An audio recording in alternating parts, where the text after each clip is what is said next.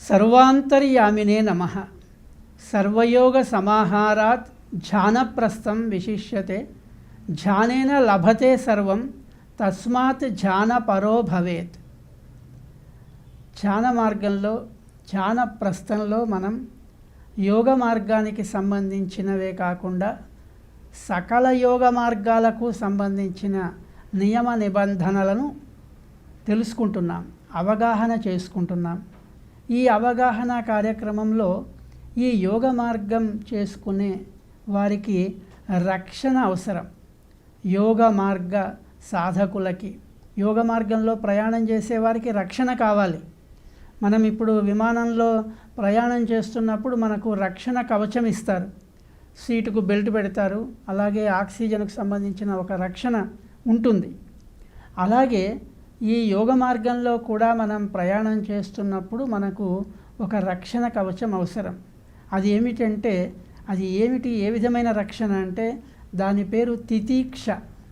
తితిక్ష అనే రక్షణ కవచం మనకు ఉన్నట్టయితే యోగ మార్గంలో మనకు ఎలాంటి ఇబ్బందులు కానీ, ఆటంకాలు, ప్రమాదాలు జరగవు. ఏమిటి ఆ తితిక్ష అంటే ఏమిటి?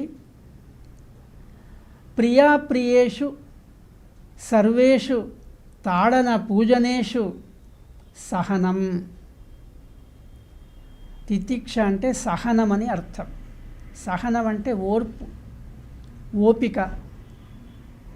ఈ ఓపిక అంటే తితిక్షాహి సమో నాస్తి అన్నారు. తితిక్షకు మించిన సద్గుణం లేదు. అటువంటి తితిక్షను మనం ప్రయత్నం చేసి అలవర్చుకోవాల్సి ఉంటుంది. వెయిటింగ్ అంటాం కదా, ఎక్కడైనా కాల్ కూడా వెయిటింగ్ వస్తుంది. మనం ఫోన్ చేసినప్పుడు అవతలి వారు వేరే ఫోన్లో మాట్లాడుతున్నప్పుడు ఇక్కడ మనకు కాల్ వెయిటింగ్ ఉంటుంది. అంటే మనం ఓపిక పట్టాల్సిందే, ఏం చేయడానికి వీలు లేదు.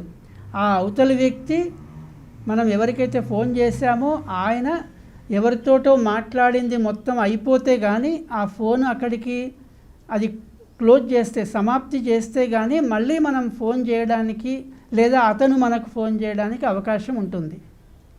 ఇంతకాలం మనం ఈ తితిక్షను అనుభవించవలసిందే, సహనం కలిగి ఉండవలసిందే, ఇంకొక మార్గం లేదు. అందుకే సహనము దేనిపై ఆధారపడి ఉందంటే కాలంపై ఆధారపడి ఉంది. ఏమంటాము, ఎంతవరకు మనం వెయిటింగ్ ఎంతవరకు అంటే అక్కడ చెప్తుంది, అనౌన్స్మెంట్ వస్తుంది, మీరు చేరుకోవాలనుకున్న గమ్యం రావడానికి ఇంకా 20 నిమిషాలు పడుతుంది అని. అంటే 20 నిమిషాలు మనము ప్రయాణం చేయాలని అర్థం. ఆ 20 నిమిషాల ప్రయాణము మనం సహనంతో చేయవలసిందే, ఇంకో మార్గం లేదు. ఆ సహనం అనేది, దీన్నే క్షమ అని కూడా అంటారు. ఓర్పు కావాలి. ఈ ఓర్పు అనేది చాలామందికి, అంటే అందరికీ ఒకే రకంగా ఉండదు. కొంతమందికి ఎక్కువ, కొంతమందికి తక్కువ ఉంటుంది.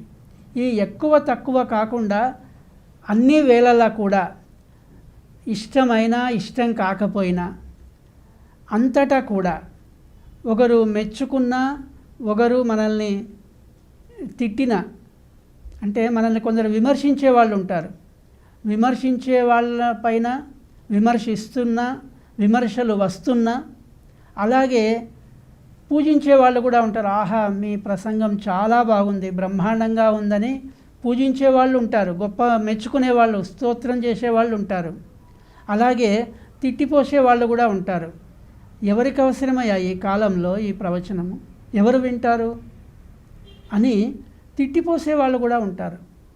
మీకేం పని లేక మీరు ఈ కాలక్షేపం చేస్తున్నారు, లేదా మీకేమైనా లాభం ఉండి ఈ కార్యక్రమాలు చేస్తున్నారు, డబ్బులు వస్తున్నాయి కనుక ఈ కార్యక్రమాలు చేస్తున్నారని ఇలాగా విమర్శించే వాళ్ళు కూడా ఉంటారు.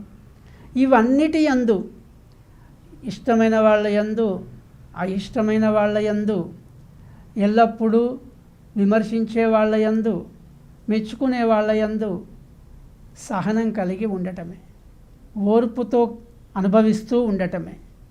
వాళ్లకు మనం ఎవరికి సమాధానం చెప్తాము, ఎవరికి జవాబిస్తాము, ఎంతమందికి జవాబులు ఇస్తాము, ఈ చెప్పిందే అందరికీ చేరట్లేదు. ఇక జవాబులు ఎంతమందికి చేరుతాయి? కనుక జవాబులు ఇవ్వడానికి సమయం కూడా లేదు. మనం చాలా వేగంగా ప్రయాణం చేస్తున్నాం. అందులో ఈ నియమ నిబంధనల్ని మనం ఆచరించడానికి ప్రయత్నంలో ఉన్నాం. ఇప్పుడు మనము వేరే వాటికి అంటే వృధా కాలయాపన చేయడానికి అవకాశం లేదు, వృధా కాలక్షేపం చేయడానికి అవకాశం లేదు, కనీసం సత్కాలక్షేపం చేయడానికి కూడా అవకాశం లేదు.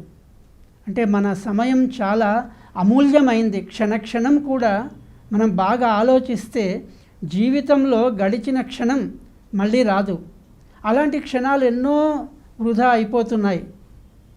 మరి అలాంటి వృధా చేస్తున్న ఈ సమయంలో ఇలాంటి విమర్శలను, పొగడ్తలను మనం తీసుకొని వాటి మీద చర్చలు జరిపి వాళ్ళ మీద మనం వివాదాలు పెంచుకొని సమాధానాలు చెప్పి సంజాయిషీలు చెప్పి వాళ్ళతో సంజాయిషీలు చెప్పుకోవాల్సిన అవసరం లేదు.